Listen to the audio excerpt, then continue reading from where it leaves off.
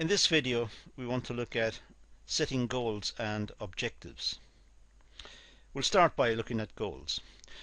Well, these are broad and long-term targets.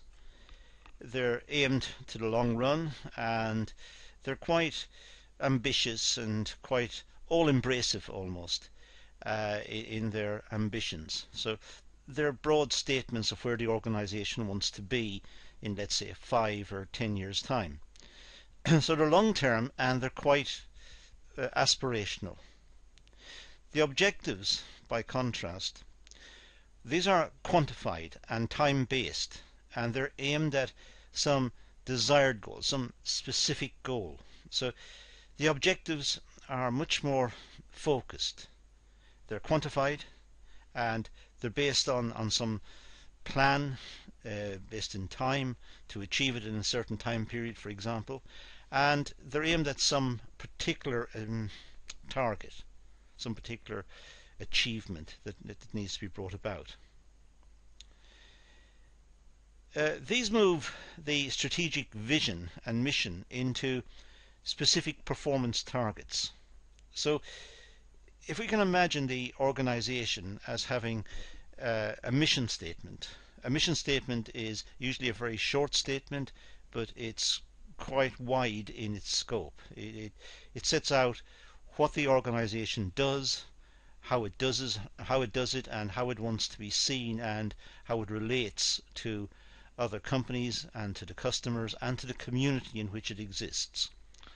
So the mission statement is quite a broad statement, and the mission statement itself will be run alongside the strategic plan of the business. The strategic plan of the business sets out precisely what the business wants to achieve over, let's say, a 5-year, maybe a 7 or even 10-year timescale. But the objectives are taken from these, and the objectives come down as more specific and more targeted ambitions. This is what the organization is going to achieve within a certain time scale, time bound, in other words. It's what they're going to achieve, and this is what the organization is setting itself in the short term or in the intermediate term. Because they're focused, they may help, I should say, the business to be innovative and motivated in achieving results. Because the objectives are focused, then the managers can see where the organization is going, they can see what it's trying to achieve. It creates a more motivated workforce. They have something specific to aim at. It's not a long-term, almost fuzzy ambition, something which is out there, way out in time. This is more immediate and it's much more focused. So it leads the management and the workforce to be more focused themselves. They're more motivated, and it may lead to more innovation within the organization. It helps to determine a clear strategic path for the business. It aims to make operational the strategic plan, but in so doing it clarifies the strategic direction the business is moving in. So the whole business has got much more direction. It's much more under control. The strategic plan is the long run position. It's what the business wishes to achieve in a long period of time.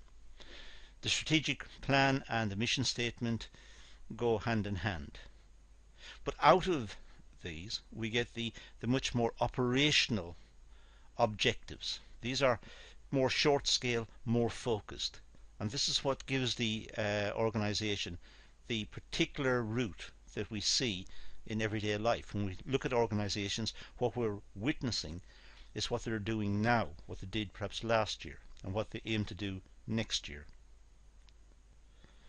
So let's look at setting objectives. Objectives set out what companies want to achieve.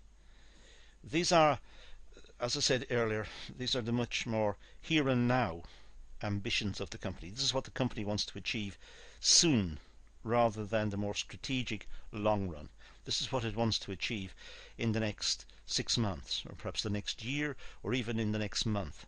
These objectives is what drives the company right now, and this is what the management, the line management, the departmental management, the operators, the workers, this is what they see.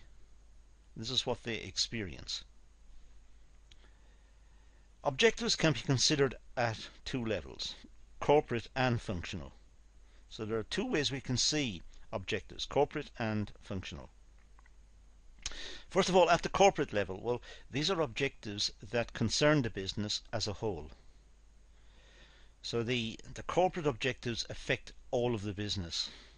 They're looking at issues which are right across the business. It could be changes in consumer tastes, changes in fashion, the effects of globalization. It could be something to do with the competitive advantage that the competitors are gaining on the company, or some such issue. So these are objectives that concern the whole business. Examples may include a target rate of return on investment of at least 20%. Now, it's an objective because it is quite specific. It says 20%, and it's trying to achieve a target rate of return on investment of at least 20%. So it gives focus to the management. It creates motivation for them to try to achieve it.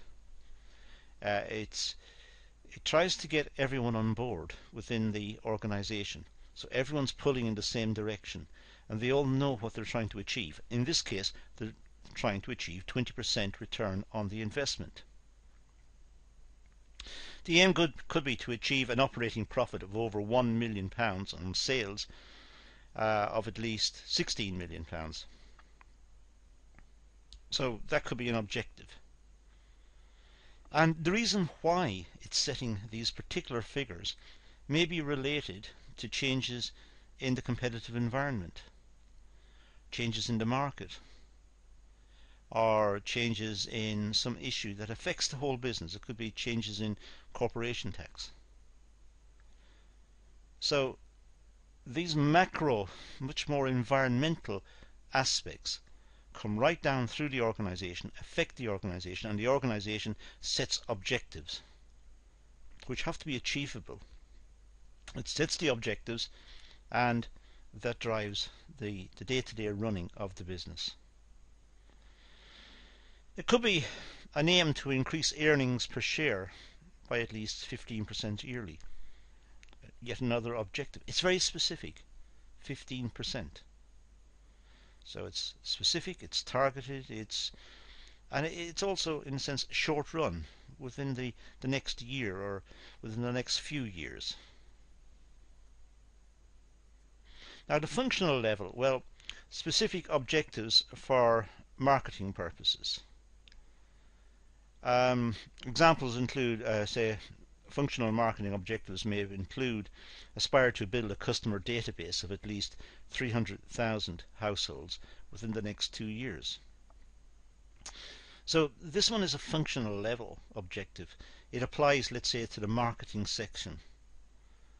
To, in this case, aspire to build a database of at least 300,000 households within the next 2 years. So pick up data on 300,000 households. Email addresses, telephone numbers, who lives at the address, past purchasing patterns. So it's much more focused, as we can see. It's functional.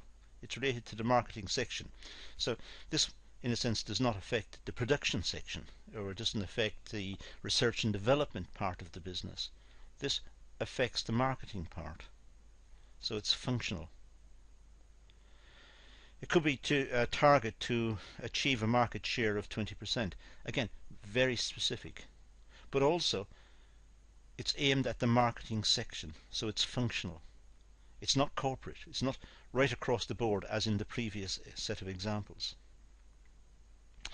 It could be the aim to achieve 50% customer awareness of the brand within the market. Again, very specific, 50% customer awareness.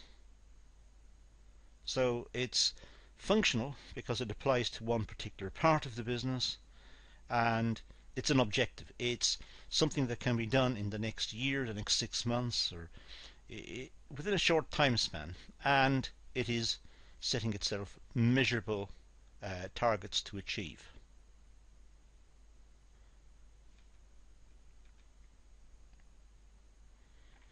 Now, objectives may be assessed by the SMART criteria.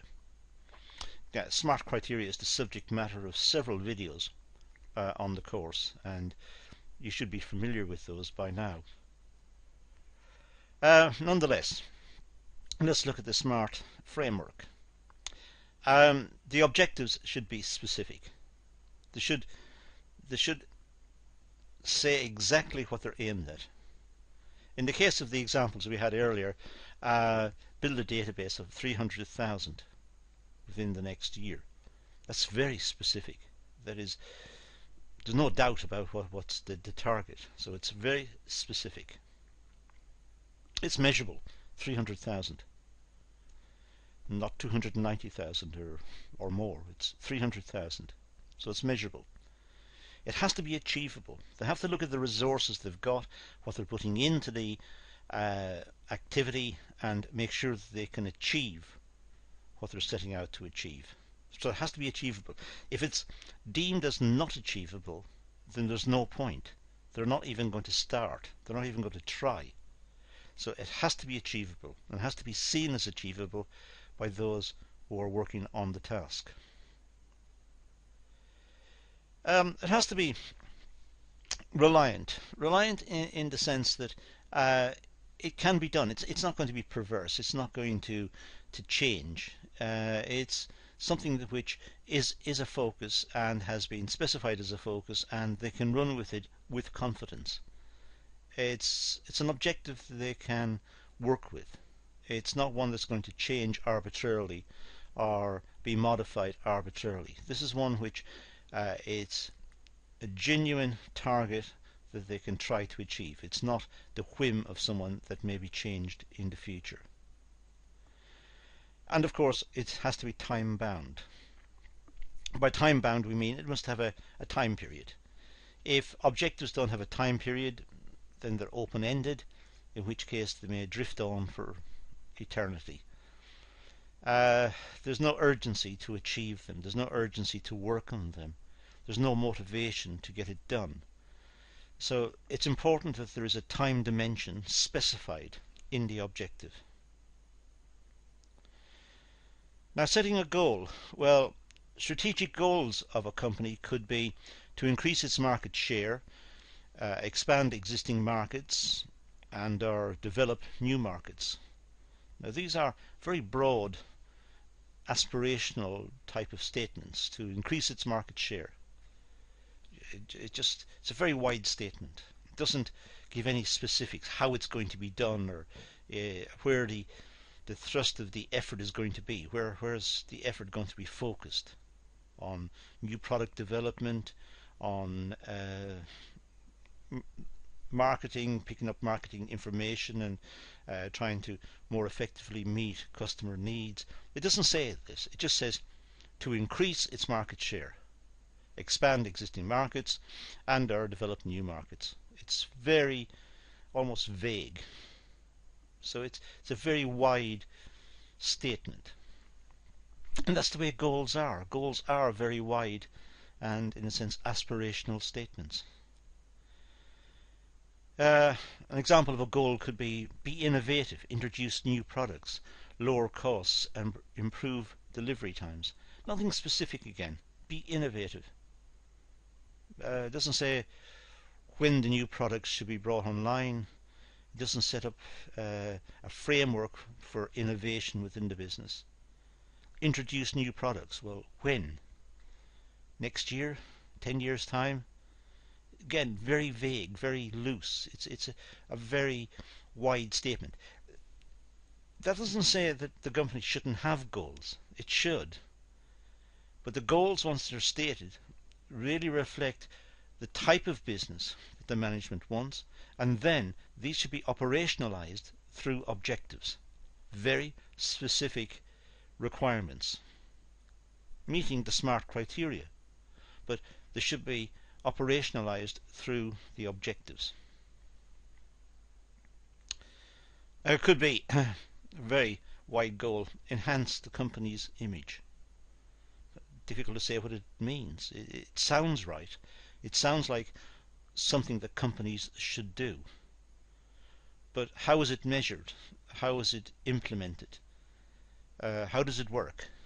And in a sense, this one, like all the goals, it begs out for objectives which specify ways in which the company can make this happen, make the company's image improve within the marketplace.